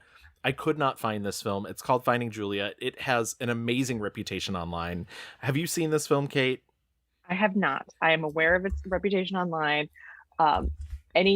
You read a single sentence about it and it's like, I don't understand what this is. I would love to see it because I cannot picture the tone of this film. What is the reputation? The reputation is that it is so poorly made that the audio track is 4 frames off, and that's on the released version. Like, you can look up people seeing it in New York City when it came out and being like, what is this? And like, I don't know. It was a very cheap film. It was supposed to be introducing an Asian actress, Julia. Ha Fong. Yeah, Ha Fong. It was supposed to be like her first big American film. Andrew McCarthy was playing her father. Richard Chamberlain apparently is in it. Ancient Richard Chamberlain. And it's just supposed to be a pure disaster. I don't know what caused him to come out of sort of like semi-film acting retirement to do this movie. I've found very little information about the actual making of this film. If anybody can find this movie, please send it my way. I would love nothing more than to watch it. But literally, like, I think his first real directing gig is on Gossip Girl. Love that. He's a New York girl through and through. Exactly. He does do a short film that he both wrote and directed in 2004 called News for the Church.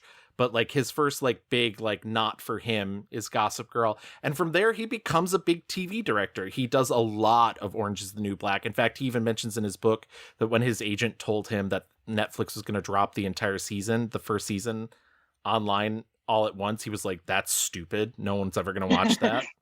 And so he's like, "Well, I was wrong about that." He does Turn. He does The Blacklist with his friend James Spader. He's done 20 episodes of The Blacklist. Wow. So like clearly that's worked out for him. He did Good Girls both as a director and then as a reoccurring character. And so I think he is finding a lot more comfort and a lot more interest in being behind the scenes. As you guys mentioned up top too, he's also become a travel writer. He decided that travel was what really saved him because he was having a huge alcohol problem during the late half of his 80s career, and in the early 90s he went to rehab and he said he went to detox and then went into rehab, but had forgot to mention that he was also addicted to pills, so he had a seizure the second day there and had to go back to detox. And then, he came out of it, but then he realized, like, I have this love of travel. He starts writing travel guides. He starts working for travel magazines. And people are like, that's this Andrew McCarthy? But he writes a book about that. He gets back into the business through directing. So it's not like he has this traumatic career, but it's just like, we watch somebody's star fade so fast, and it's such an interesting, weird thing, especially for the conceit of this show. I stumbled into that. Traveling changed my life, and so I started writing about it, and it sort of took on a life of its own and became this second career, and it has been an amazing journey for that. And I love though that, like, it's not like he was like, oh, I'm just gonna start like he was writing for National Geographic, Afar magazine. Like, he's writing books about specific like places in Ireland. Like, when you find stuff like that, it's like, oh, this is someone who's passionate about this. So he's been sober since 1992. He talks about in his book about his relationship to Carol Schneider, who was his like college sweetheart. They like got married 20 years after they had met. They had a child, but then they got divorced. And now he is married to an Irish writer and director. So he has 3 kids, 2 from the second marriage and 1 for the first. So that's his kind of personal life. He definitely, he talked in interviews about how he understands when actors are anxious or because he's like, I have all of anxious tendencies as an actor. I know them all. And so when I see them on set, it's really easy for me to like disarm them. He's like, being a director is stressful, but I'd rather be stressed out than anxious. I have a good eye for the truth when I see it. You know what I mean? So that's what I have as a director, is I can know, and I know how to talk to you quickly to get you sort of back on track. So I think I understand that, and I know the need for that as an actor. Like when directors often go, cut, one more. First thing here as an actor is, oh, I failed. I always go, cut, good, let's go again. Go, good, okay, I'm okay. It's because instantly when you're an actor, you are in that vulnerable, open, childlike spot.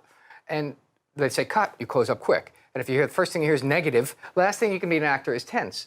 So the thing you want to be relaxation. Laurence Olivier said the most important thing in acting is relaxation. So if I'm open and relaxed, so I go, cut, great, that's really nice. We're just going to go one more, keep rolling. Here we go, ready, and go.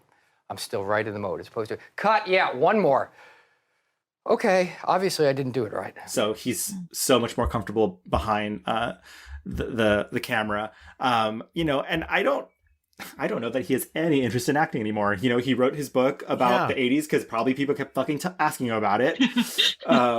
And Rob Lowe put out a book at the same time. So I don't know, whatever. I wonder if he's only interested in acting if his name will help whatever the project he believes in.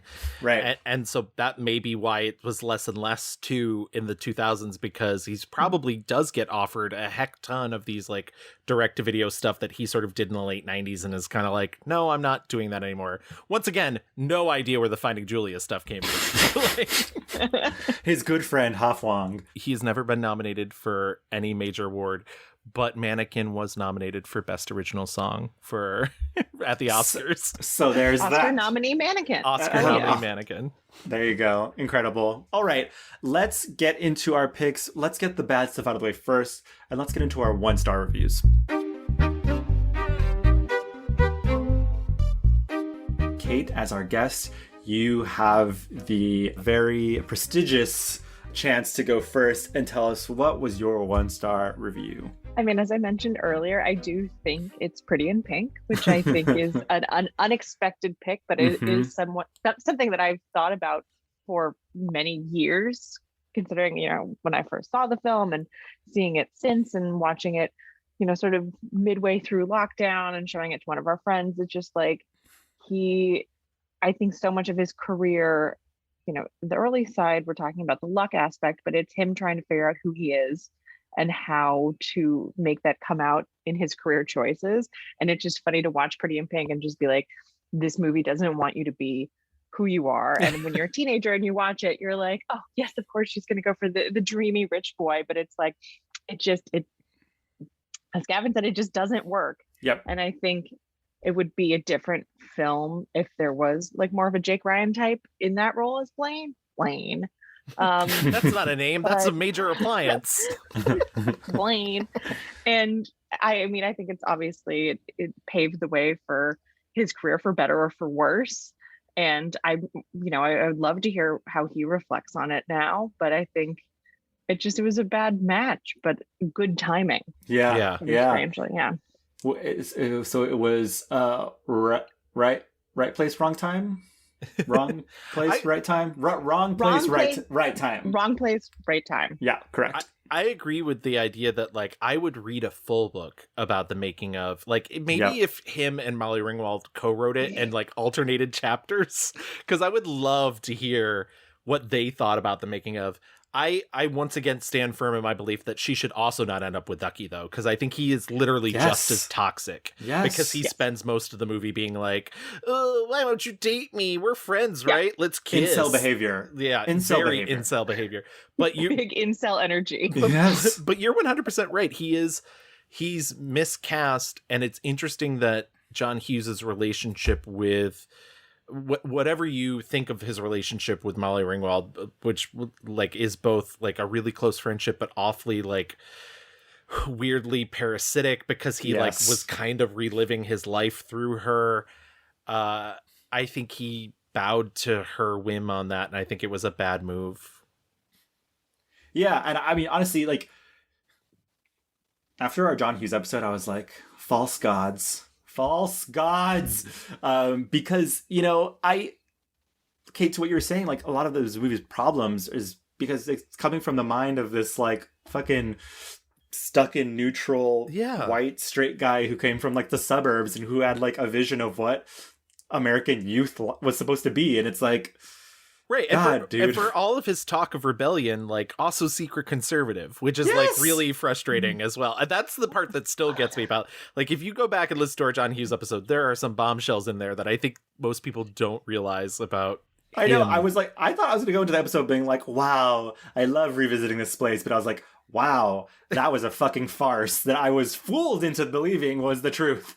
If he was the guy that was like, you know, yeah, I created this like world and, you know, he just doesn't talk about it, or he never was really like wanting to talk about like, you know, the process or like, you know, all the things that he did, because he did make a lot of these iconic movies. Like I still think, you know, like Ferris Bueller's Day Off and, you know, for better or worse, those movies are such cultural touchstones. But like, I mean, it was upsetting to me when we did the John Hughes episode to name Weird Science my 1-star review. Yes. But going back and watching Weird Science, I was like, oh no, like I like related to these people, and now I'm like, that what was wrong with me?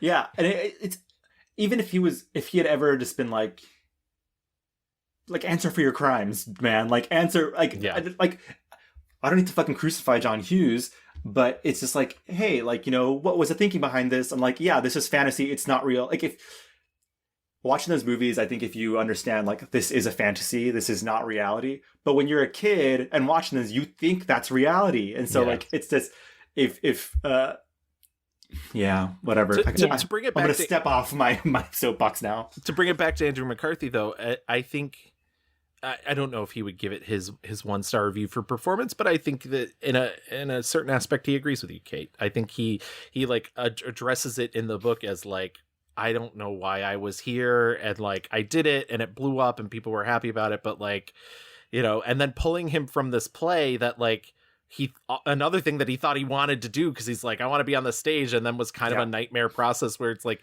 him and Ving Rhames and Wesley Snipes getting new pages every day. He's just like, I don't know. Yeah. He got caught up in the John Hughes universe, you know? Are you late for something? Yeah, I am, as a matter of fact. But I mean, it's no big deal. It's fine. Listen, do you want to go out Friday? Yeah. Yeah? Sure. Yeah. Okay. 7 o'clock? Okay. Yeah, that's fine. Great. Well, where do you live? I'll pick you up. Where do you live? Oh, I know. I'm sorry. I'm gonna be working on Friday, so you can just pick me up at the mall. Okay. Good pick, Kate. Gavin, how about you? So mine is actually the film that I do think ended his career, which is 1990's Quiet Days of Clicky. It is like a Claude Chabrol film, as I mentioned. Claude Chabrol, French New Wave director, very frank about sex and very French. And this is a film where it's based off the autobiographical novel by Henry Miller, and Andrew McCarthy plays Henry Miller, but also known as Joey in the film. And it's him and his friend Carl and their like sexual adventures around France during this like very free era. But like, it's literally just like having sex with one woman, going to the next woman, and having sex, going to the next woman. It starts with this flashback where he's in heavy old age makeup, which is really terrible because he also has that baby face. And so you never buy it because he's like, back in my day, young woman. And then all the women that they're like pairing him with are like clearly, you know, I mean, him and Carl have a double wedding with like a 16-year-old girl. At one point, yeah. Cool. And so most of them are presented as like underage or like underdeveloped, and it's hard to watch. And so I sat there through all 120 minutes of it. It's a full 2 hours going like, I want to die. Yeah. I would rather die than.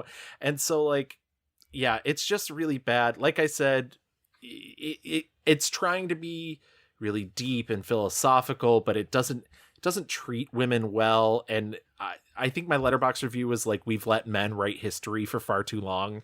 and that's what it feels like. It's like, yeah, France was like a free place and it was full of sex and you could do whatever you wanted if you're a man. Yeah. Fair. You mustn't trust him. First of all, he's an American. Really? From Hollywood? Why Hollywood? It's because they make movies. And secondly, you mustn't trust him because he's a writer, a storyteller. All he wants to do is capture on paper anything that's alive. Have you been to Hollywood? Yes, I worked there. What's all this about? Do you want to become an actress? I want to be a ballerina. My grandma promised she will help me. Why not?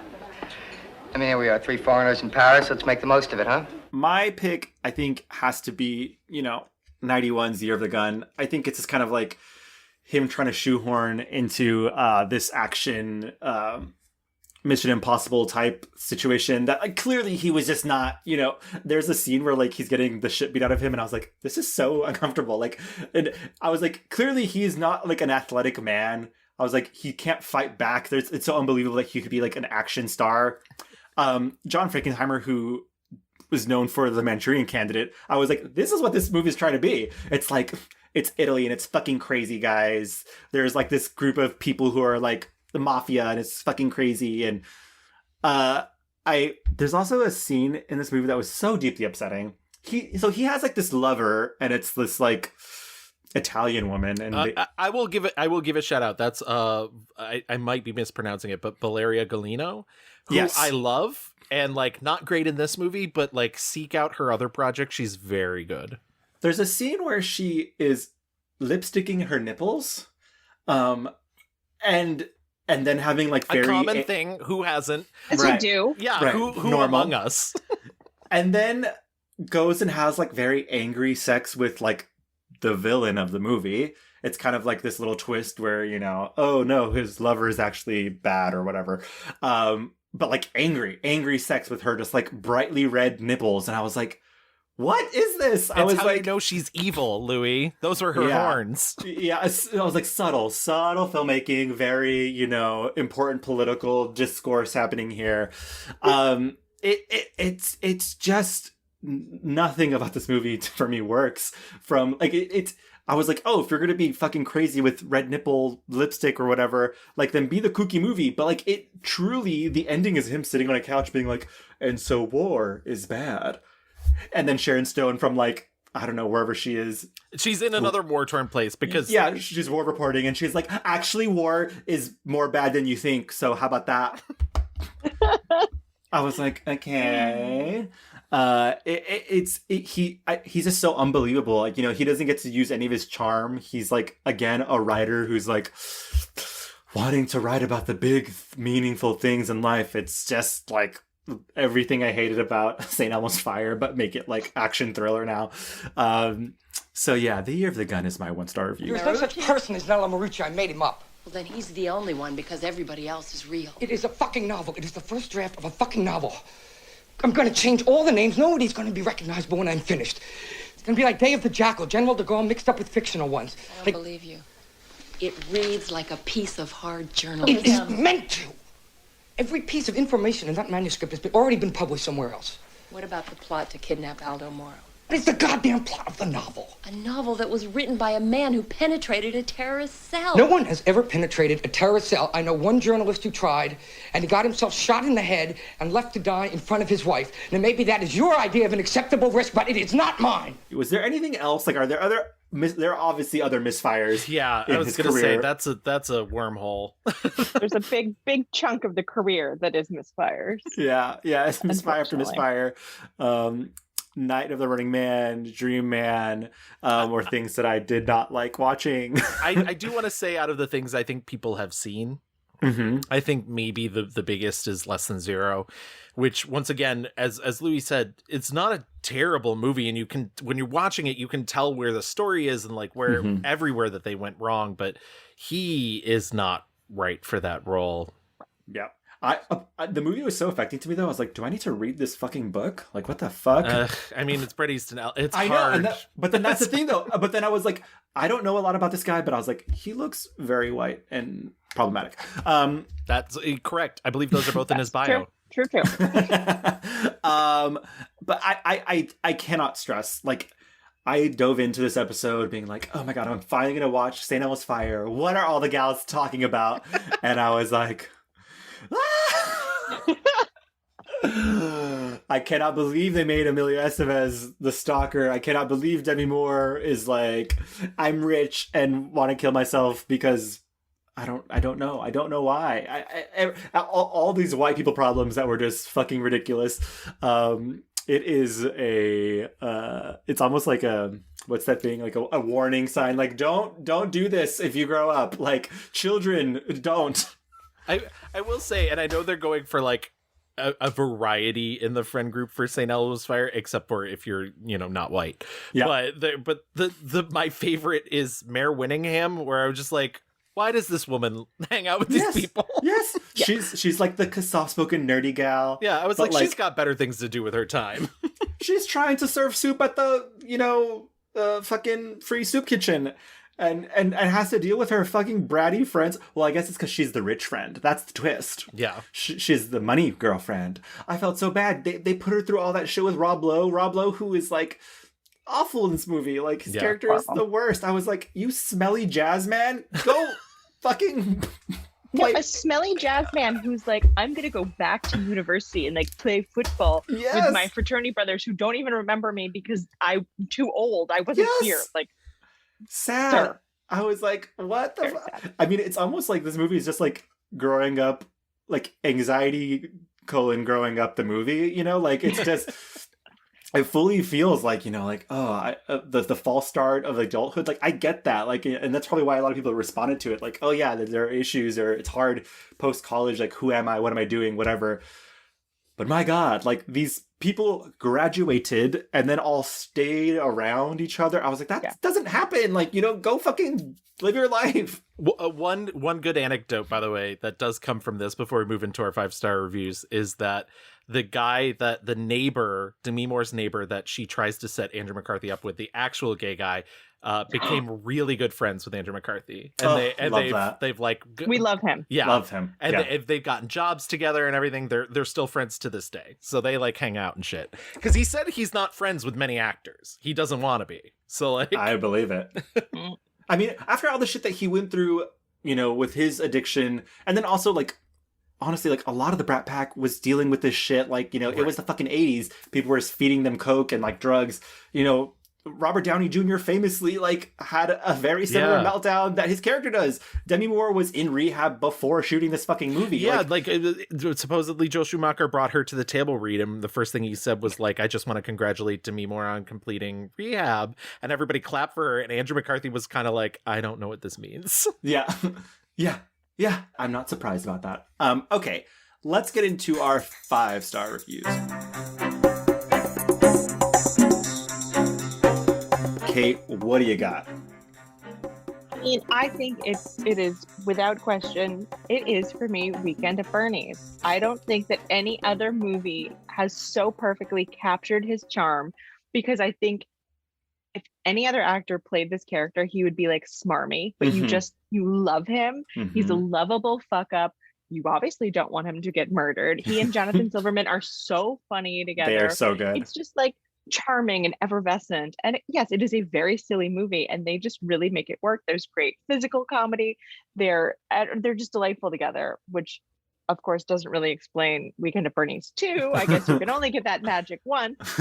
There was early 2000s. There was a script for Weekend at Bernie's 3 going around. Wow. Maybe. Oh my god, what would he would just be a skeleton. Skeleton. Stop motion skeleton Bernie. I thought Mr. Silverman is so dreamy in this movie. They're both super dreamy. Yeah, in different ways. I love the scene of them like on the rooftop, with like the kiddie pool, and they're like going over the reports. Yeah, and it's like hot. I was like, I know that fucking summer day. They are having so much fun. I think this is like, also he's a little bit removed from the Brat Pack of it all, but he's still able to have fun, which like they were not really letting him do in a lot of these movies after the Brat Pack.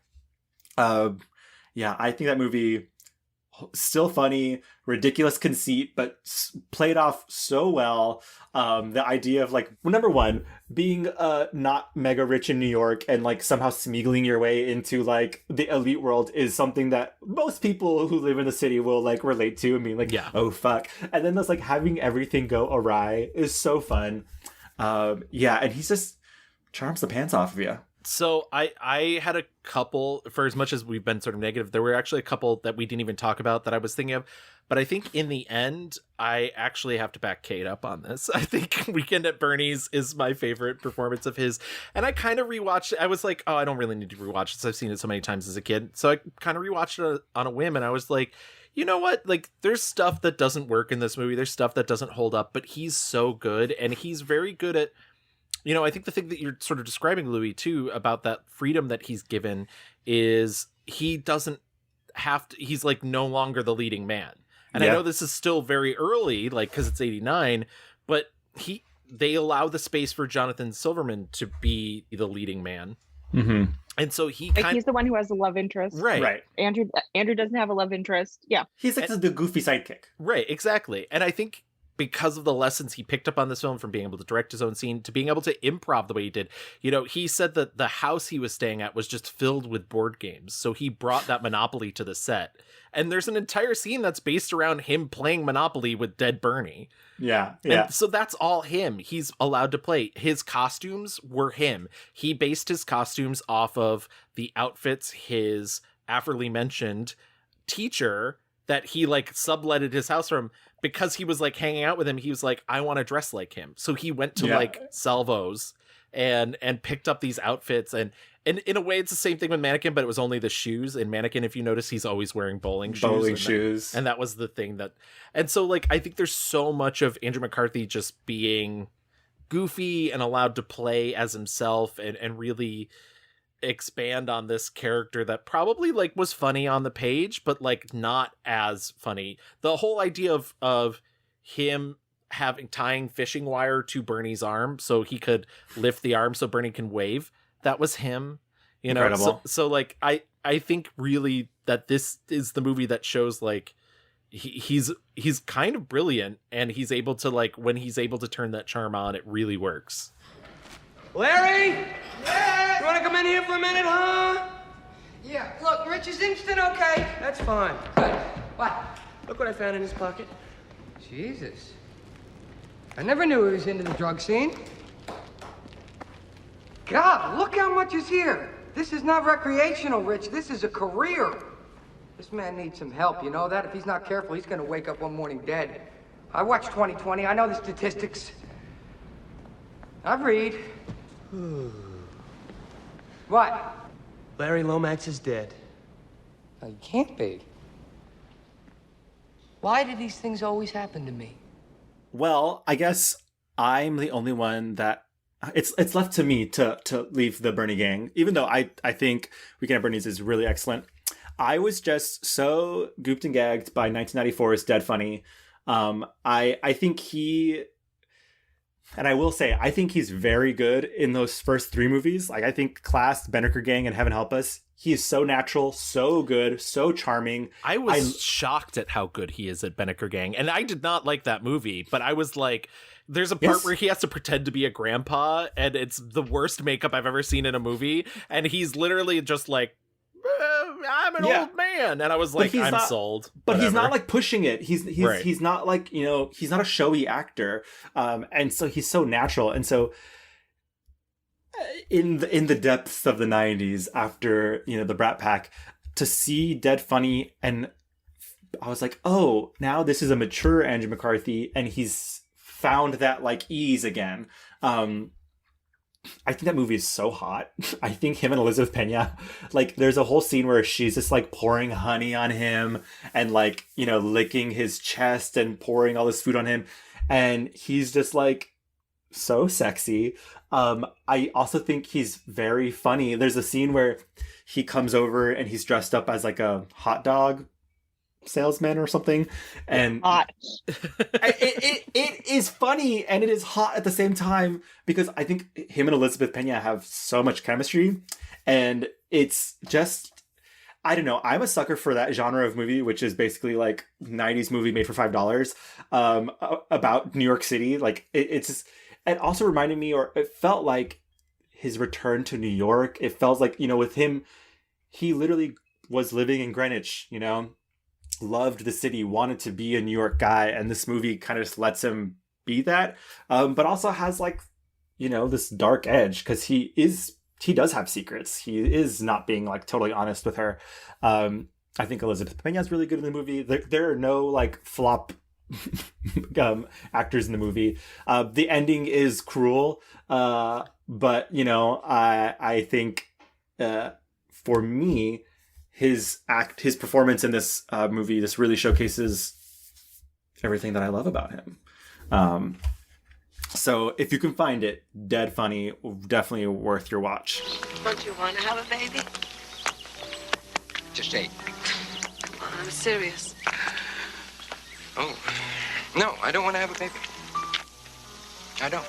All that crying and diapers and rushing to the hospital because it's all purple and it's swollen, you don't know what to do, and then before you know it, it's a teenager, and you got PTA meetings and zits and drugs, and it amazes me anybody wants a baby. We're not even married. Lots of women have babies without being married. You wouldn't want my baby. It would never amount to anything. Hey, Reggie. What? Why are you so down on yourself? I'm not down on myself. I just don't want to be a daddy. It'll be the best thing that ever happened to you, really. You are the best thing that ever happened. Is there anything else that you guys want to shout out that you recommend or liked? I have two, and I will do them as quick as possible. Okay. There's a film from 1996 that's a Spanish-American film, even though it's all in English. It's by Isabel Cosette. I think I'm saying that right. She's a Spanish filmmaker. She's very prolific. This was her first film in English. It's called Things I Never Told You, and it's him and Lily Taylor. And it's very like 90s indie. Like, there's a lot of like, I'm saying really profound things, but they're so good together. They have so much chemistry, and I loved watching them.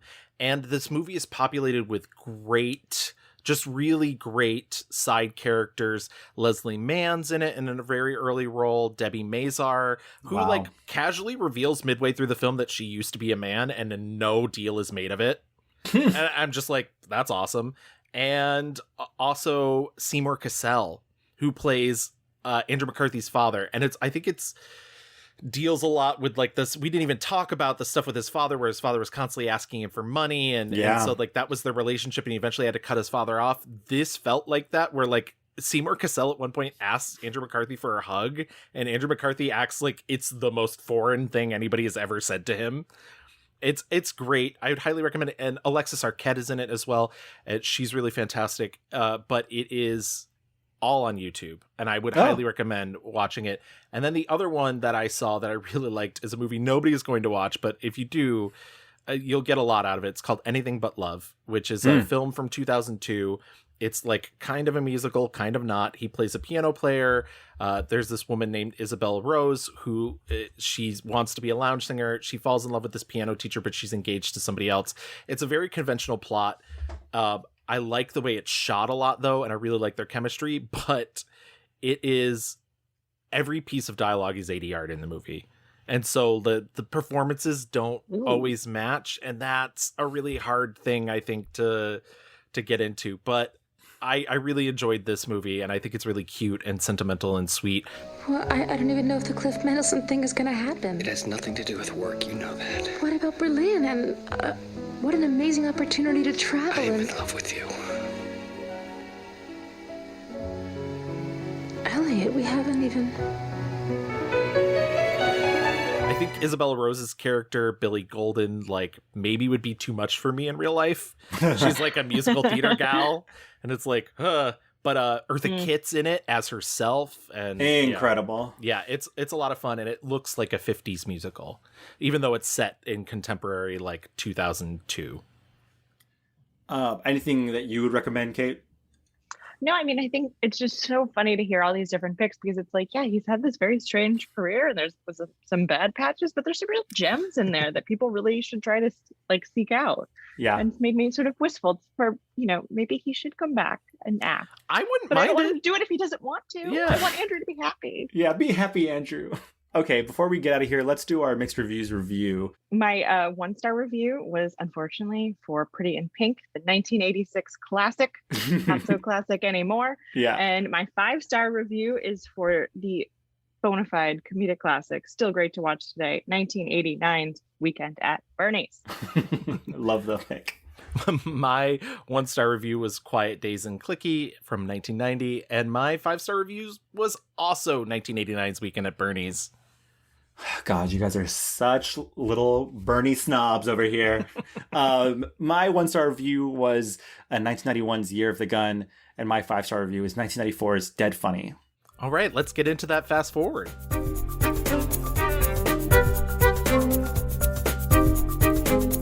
Do we know if he's working on anything? I think he supposedly he has a movie that he is going to be in, but I mean, this is normally a section where we talk about sort of what we want for, other than if we know anything that they have coming up. I think it's time for him to direct a feature film. I think, he's written books. He did write a YA novel, by the way, Louis. Oh my God. Yeah, which I was like, Louis should seek this out. I think it's time for him to get behind the camera and make a full movie. Not a direct-to-video movie, not an HBO movie. Like, we need to see it in theaters. I think he'd be really good at it. Yeah. It feels like the vibe he's going for is of, why podcast brain? Why? Dazed and Confused guy? Oh, Linklater. Linklater, yeah. It feels like that's the vibe he's going for. It feels like he's most comfortable in these smaller movies. It feels like, he directed so many fucking episodes of Orange is the New Black. It feels like that's where he might thrive in. So I wonder, why there hasn't... why he hasn't, had a passion project that he wanted to get off the ground. He certainly knows enough people in the industry. I listened to, half of his interview with Alec Baldwin on his podcast, and they were just talking shop, okay? It was very, and it was wild how they were both talking about how yeah, we've made some pretty shitty movies. You know how it goes. And talking about being behind the camera and how TV, is, where they both are kind of safe now.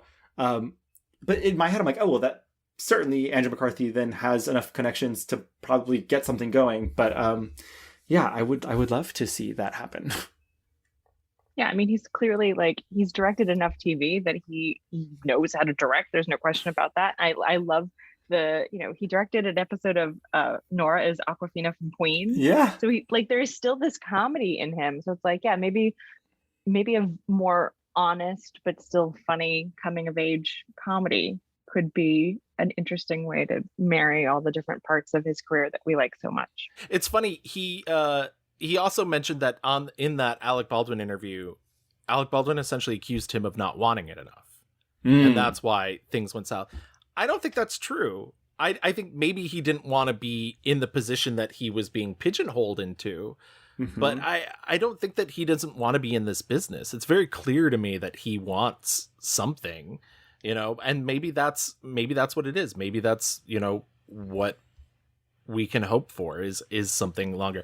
I also do wonder though, he does have kids, and I wonder if the idea of doing a movie taking that much time to do a movie versus, showing up and doing 2 weeks worth of shooting on a show. Right. I wonder if that's maybe what keeps him from doing it, but I don't know. I mean, I like him. I think the thing we're all coming away from is he's great, but it just, it's just funny. He is so good, but then it was almost as if oh, he's successful. Hollywood is this guy's successful, but then they're but he's not a leading man. So what do we do? Yeah. I was when they're wait, he's not buff or athletic.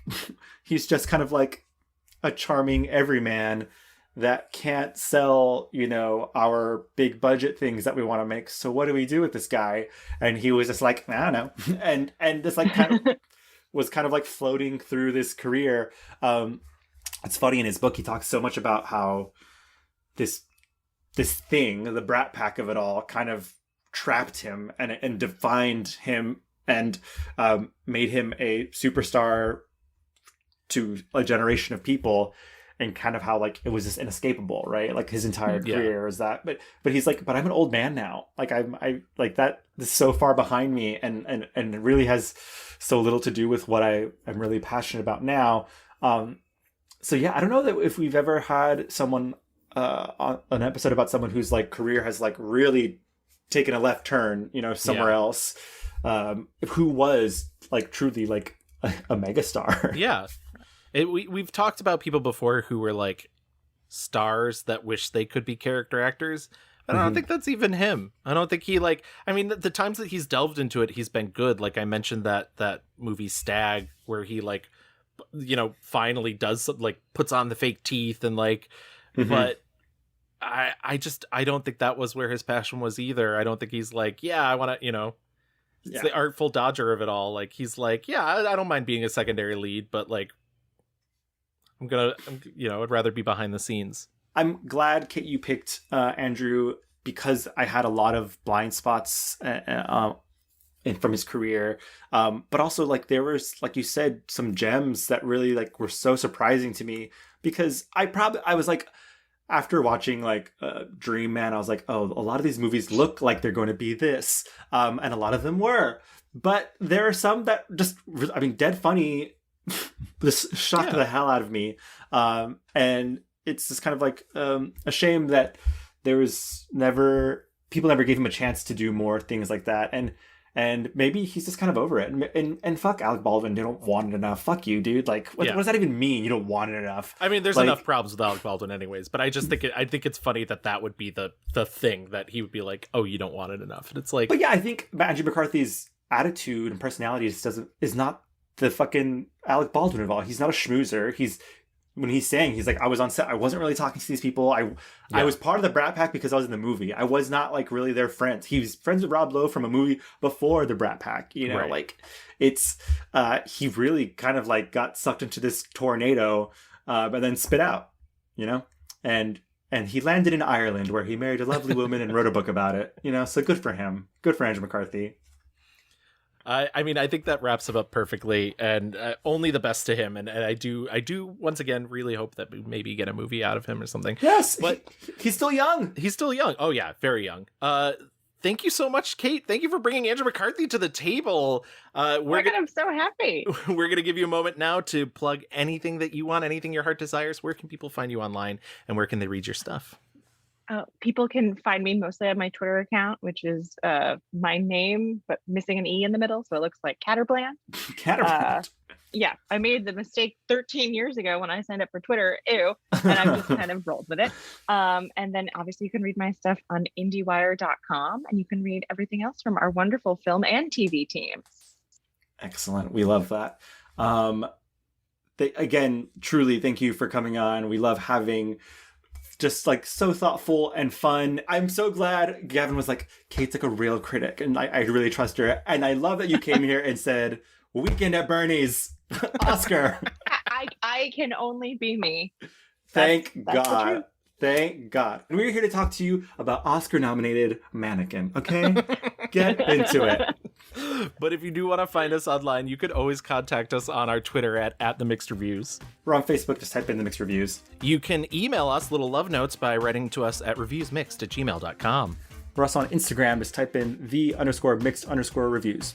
And if you want to listen to our back catalog of episodes, just like you listen to this one, you can find us on Apple, Spotify, Stitcher, Google, iHeart, Audible, and if you do listen to us on Apple Podcasts, please stop by, leave us a 5-star rating and write a little review. It helps the algorithm, blah, blah, blah. I'm sure you're tired of hearing about the algorithm, but it does help us out. And especially if you like even leave like a little thing that just says like meow or like hey or something. Not meow. Yeah, meow, you know. I'm sorry. I saw one of Kate's cats. I either saw Felix or Oscar earlier, and I was just like, oh, I want a cat. Felix has been mostly around, and when I keep looking, it's because he's like in the kitchen. I'm like, are you seeing like a bug or something? No, he's making grilled cheese. Yeah, he's just being like a weirdo. I love that Gavin is so distracted by cats. It's so funny. I'm like, I want one. But thank you so much for listening to us and coming back every 2 weeks. We will be back in another 2 weeks with another subject about which we will have mixed reviews. Bye. Bye-bye.